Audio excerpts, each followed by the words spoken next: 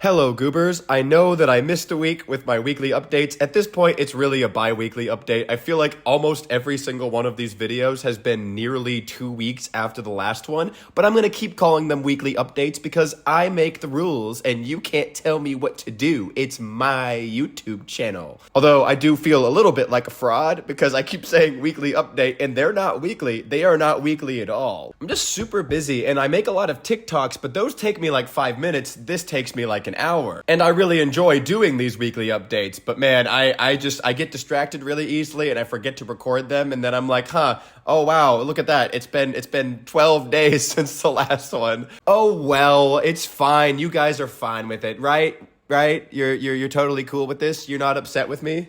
Yeah? Thank you. I have done quite a bit of reading since the last weekly update, and actually my biggest stuff is all about the changes to my TBR. So we will be having lots of discussion today. So I believe where I left you off last time, I was reading The Sunlit Man and Fairy Tale by Stephen King. I really liked The Sunlit Man. It was excellent, super fast-paced, a lot of fun. Fairy Tale, however, it was okay. I mean, the first half was really good. I enjoyed the first half a lot. And then the second half, it felt like Stephen King had a totally different book he wanted to write, and he just switched ideas halfway through and was like, we're doing this now. We're abandoning all the plot lines you were invested in. Here's a completely new thing. And, it's Stephen King, so I expect some kind of dark, twisted turn because he's Stephen King. But that wasn't exactly what happened. I mean, it kind of was. It did get weird and twisted, but not in a way that was investing and not in a way that was cohesive with the first half of the book. Like it went from a story about a young man going into this other world and he's going to do this for a good reason, and then it turns into like a gladiator prison break with a bunch of really, really weird shit going on and like a lot of really graphic violence, and it wasn't stuff that really tied into the main plot in any way, shape, or form. It felt like there was just this break. Here's the main plot, break. Here's a totally new plot that is only loosely related because they happen to be in the same world that the character was entering. And I don't know, man. I did not like the second half. It felt like everything I had been invested in came to a grinding halt, and it didn't really get tied back in the end. I mean, it did. It's all one story. It is one story, but like the emotional threads and everything that had been set up in terms of this character's emotional arc and the reasons he had for doing everything were just kind of left by the wayside for like almost like a prophecy story, which I just was like, what the hell? Like, we're gonna throw this in at the halfway point? I don't know, man. Whatever. I'm not Stephen King. Stephen King is a better writer than I will ever be, so who am I to complain? Why? Why did he take the story that direction, man?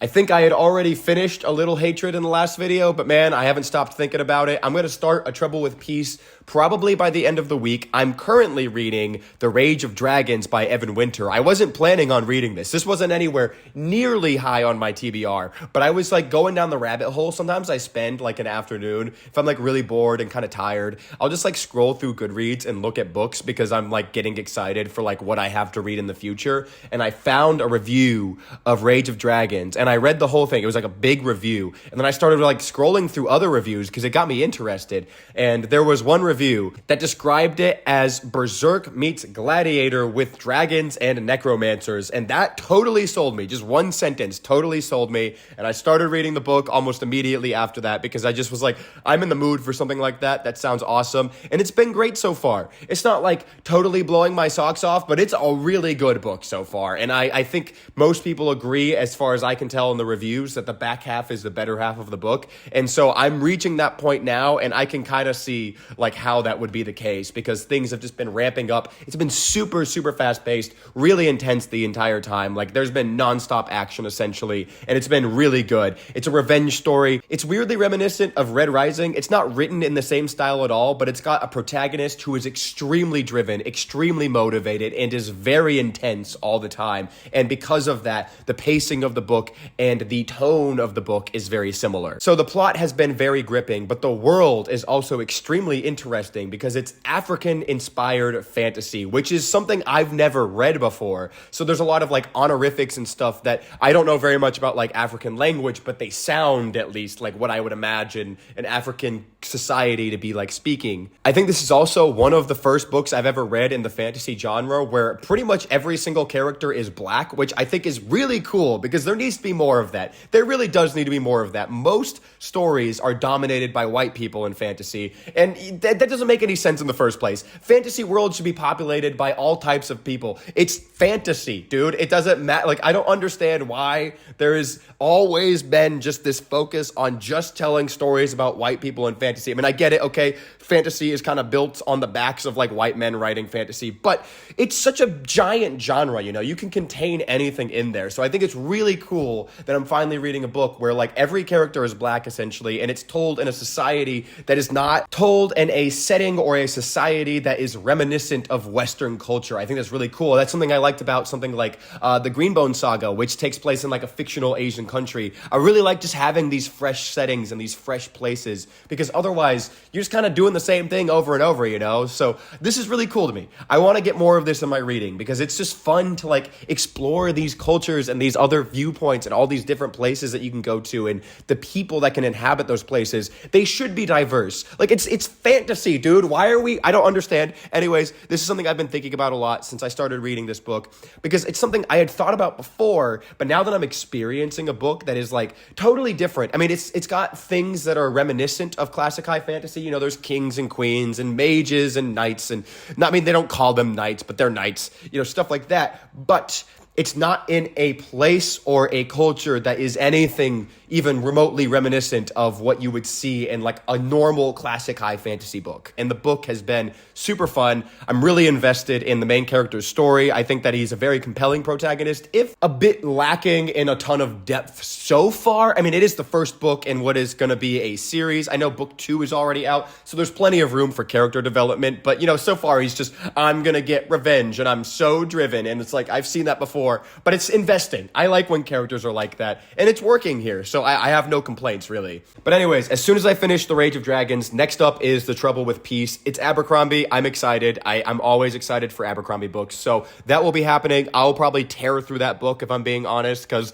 that's what I did with A Little Hatred. I read that book in like 4 or 5 days, which is pretty fast for me. But it's Joe Abercrombie. It's hard for me to put his books down. I'm so there when I'm in his books. I'm so there. I'm so in the characters' heads. I'm so invested in all the different things that are being moved around with the plot and with the character arcs. And I always get so hyped to get into his books now. So I'm very excited for that. And after that is Blood Over Brighthaven. I am getting to it. That is the book club book of the month. And we are going to be having a great time over in the book club. So if you haven't joined yet, what are you doing? Come join the squad, homie. Come join the club, bro. The reception I've gotten since announcing that as the book club book, every time I've talked about it like on TikTok or anything like that, people have been getting me super excited. Everyone agrees that it's really good.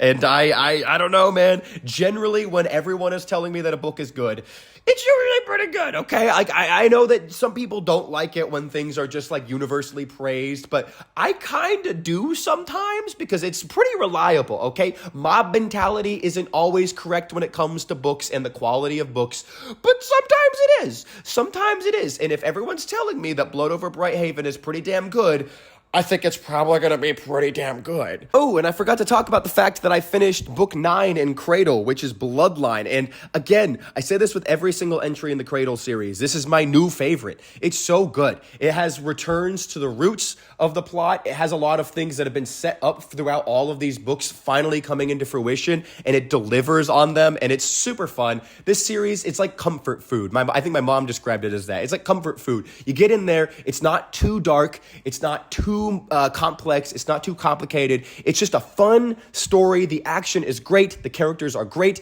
The interactions between characters is great. It's funny. It's got a lot of really interesting world building. It's everything I want in a fun story. It's just got all of the elements there, and it's super satisfying. Each of the entries is just so exactly what I need when I pick it up. If you haven't read Cradle yet, man, I definitely recommend trying it out. And don't just read the first book. They're short enough that's not asking too much. The first book is good. I think it's okay. That's my general thought, is it's like an okay book, But really, it's just setting up like the systems and the characters and sort of the direction that they're going to be heading for the rest of the series. And once those are in place, the subsequent books move at a faster pace and they're a lot more easily digestible because you already understand how the magic in the world works and the characters have room to grow and you see how they fill into those shoes. It's just been so delightful, and I'm so glad that the series is done too, because now I won't have to wait to finish it. And yeah, I've only got 3 books left, which is crazy to think about. It's 12 books,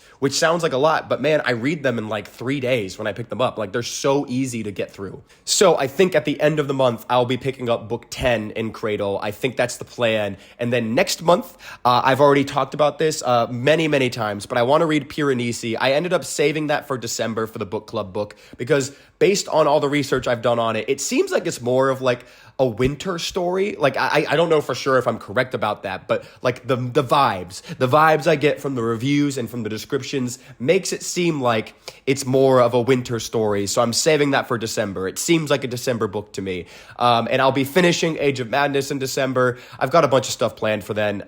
So just giving you an idea of where my reading is heading. And I do this every single week because I'm kind of getting my own thoughts in order when I talk about that on here. And in non-book related news, there is a show on Netflix called Blue Eye Samurai. It's only got 8 episodes, but it is fantastic. It's so fun. It's such a good show. I would say it's like John Wick, but they're a samurai. It's Kill Bill, essentially. It's essentially Kill Bill, but it's like super gory and bloody. I mean, it's animation, so gory and bloody is, you know what I mean. It's not actually like gory and bloody. It's just the animation is very visceral. And I think it's going to be sort of in the same category as like Cyberpunk Edge Runners or like maybe like Arcane, like good animated Netflix shows that don't have like a ton of episodes yet. I mean, Arcane's going to have season 2. I don't think Cyberpunk Edge Runners is ever going to have that, and I think this is going to fit in that same category of just like a really solid Netflix anime, and it's so good. Like, I binged the whole thing so fast, and definitely check that out if you like